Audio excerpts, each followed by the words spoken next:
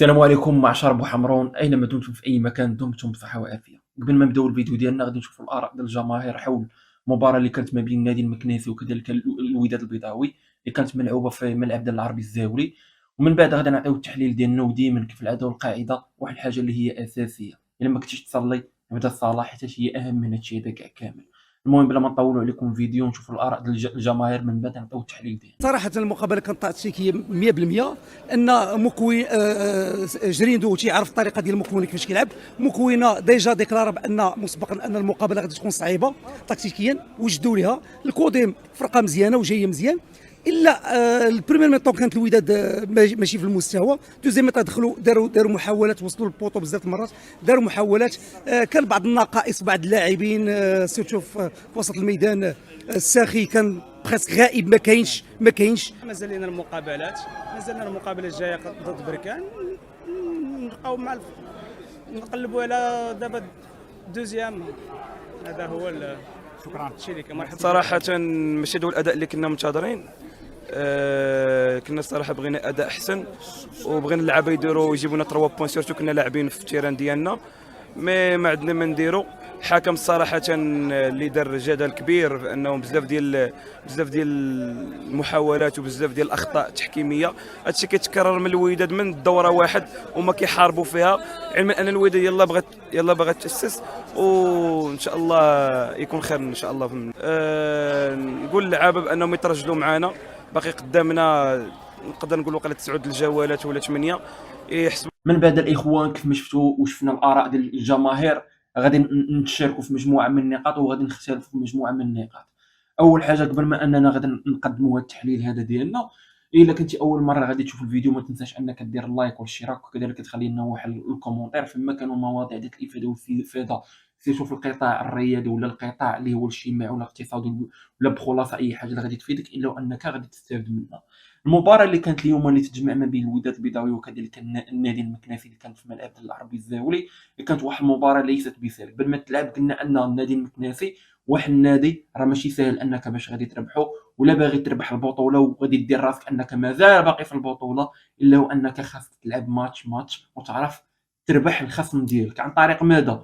عن طريق ان المدرب سيرتو من عندك الموارد البشرية خاصك تعرف فين كاينين النقط ديال القوة ديالك وفين كاينين النقط ديال الضعف ديالك، وحاول كيف ما شفنا مع الجماهير الوداديه بركه من التفلسيف. حيت الا جينا الاصل قلنا علاش خرجنا بهذه النتيجه هذه، واخا الحياد النتيجه ديال 0-0 وقطع من خساره، الا واننا محتاجين هذيك 3 ديال لي بوين بحال ضيعناهم.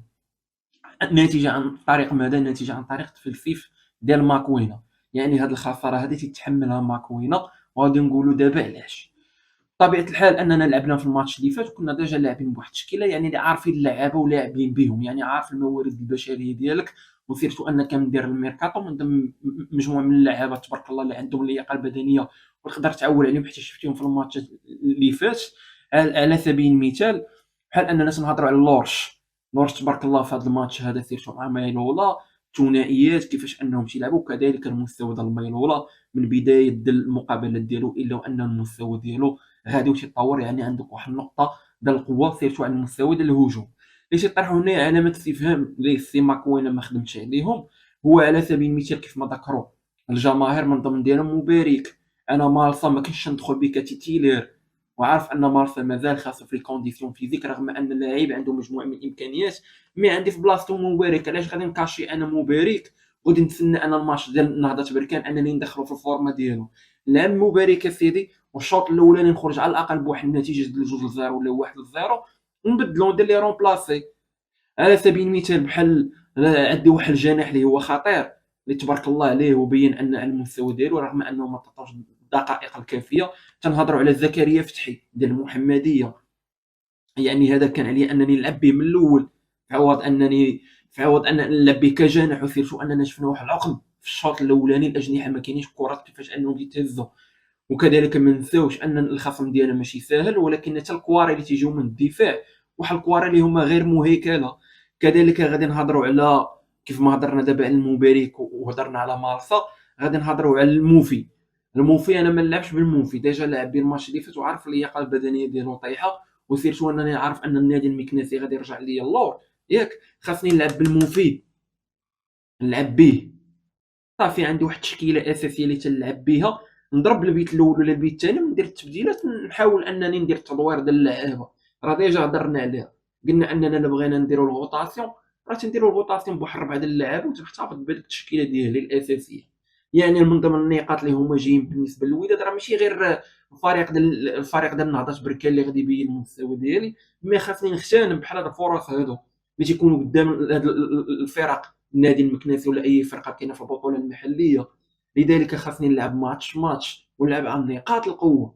يعني الوداد في هاد التعادل اللي هو السلبي ماكوينا ما عرفش يوظف الموارد البشريه، وكذلك ما غاديش نساو بعض اللعابه. على سبيل المثال شفنا واحد اللقطه ديال الموفي من ضيعها، وسيرتو بحال هاد الماتشات هادو اللي تيكونوا كبار ما خاصناش نضيعوا واحد الكره اللي تتكون عبثيه تشدها وتنضربوا وتنخرجها، على الاقل نسونطريوها.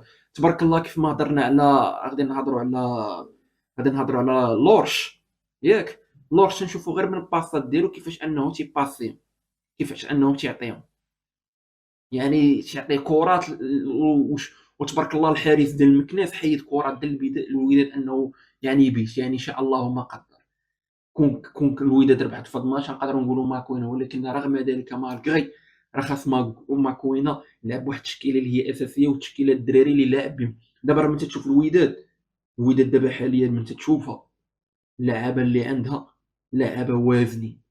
بار كونتر في الميركاتو الصيفي ومن بدات الوداد تشوف اللعابه انهم ماشي هما دوك اللعابه اللي خاصهم يلعبوا مع الوداد دابا، لا في الدك ولا في اللعابه اللي تيلعبوا راه ما شاء الله.